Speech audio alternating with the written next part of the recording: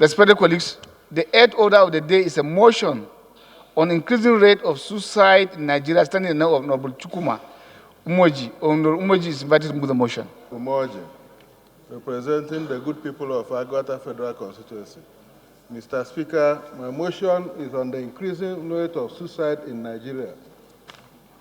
The House notes that suicide is the act of taking one's life intentionally, and as it happens impulsively in moments of crisis, with a breakdown in the ability to deal with life's stresses, such as financial and emotional problems. Chronic pain, illness, unemployment, poverty, drug abuse, depression, hopelessness, discrimination, and bullying, intimidation, and suppression. The House also notes that people in zones where there are conflicts, disasters, violence, abuse, or loss, and sense of isolation are more strongly associated with suicidal behaviors, and the rates are higher among vulnerable groups like migrants, refugees, indigenous people, prisoners, and people who are sexually discriminated against. The House recalls that reports by the World Health Organization, WHO, that suicide accounts for about 1 million deaths worldwide annually. And for every death by suicide, more than 20 people must have attempted suicide. The House also recalls that the Global Health Observatory had put the global age standardization suicide rate at 14.4 per 1,000 people, and that suicide is the second cause of death among those aged between 15 and 29. Observes that the suicide rate in Nigeria is estimated at 9.8 per 1,000 people, which is higher than the regional average, and Nigeria is ranked 30 among 185 countries by the World Health Organization, WHO, with incidence of suicide. Cognizant that 60 countries have vital registration data on suicide, while only 38 countries have in place a national suicide prevention strategy, and Nigeria is not among the countries listed.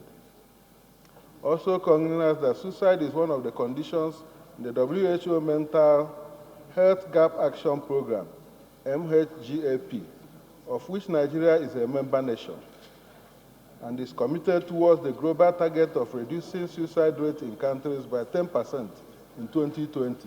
The House do resolves to urge the federal government to adopt a national suicide prevention strategy and also establish social welfare centers and mental health care and psychological assistance in all the local government areas in the country. Call on the National Orientation Agency to embark on sensitization and advocacy program on suicide prevention. Mandate the Committee on Health Care Services, Information, National Orientation, Ethics and Values to ensure implementation. I so move, Mr. Speaker. The love of the legislators for the life of Nigerians. The suicide rate in Nigeria is increasing on a daily basis. And the most worrisome part of it is that suicide is higher among people who are between 19 to 29 years, which is the youthful population. And in Nigeria, we have a large number of youths.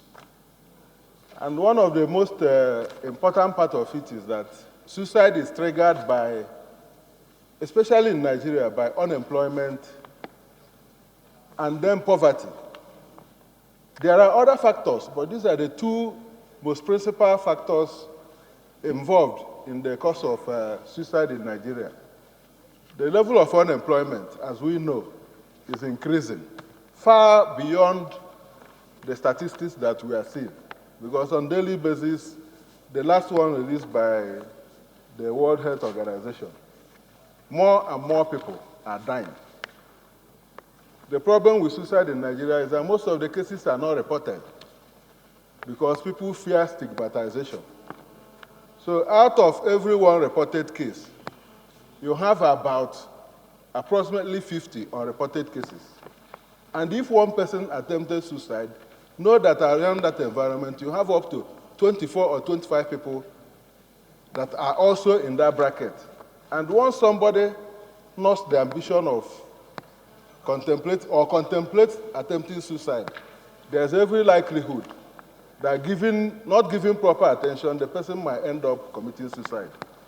And as the economic crunch worsens, it is expected that maybe as the year goes by, the suicide rate will continue to increase if nothing is done. And one of the cardinal changes in the society is that as we continue to embrace the Western culture, we abandon the African communal way of life, which makes it possible for our people to take care of our young ones, especially the people who are not engaged in any meaningful occupation.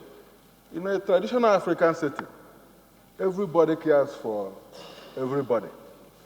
If somebody is distressed, or if somebody suffers harm in any way, people gather in that community to assist the person. If somebody is not employed, you can always get assistance from your relations. But as we gradually embrace Western culture, we abandon these safety nets that our people provided for us to survive. But in the Western culture, which we think our people describe as the best way of life, they also have safety nets because they know that the capitalism they are practicing thrives on isolationism. The individualistic nature of the Western man made it possible for him to ignore his environment and the people around him. But the government, in order to control what will happen, decided to establish welfare institutions. They have privileges accrued to people who are unemployed, unemployment benefit they have for the elderly. But we don't have such things in place. And that is why I think, with time, it might be necessary for us to come up with bills for social welfare for people to cushion the effect. Thank you, Honorable Umeoji.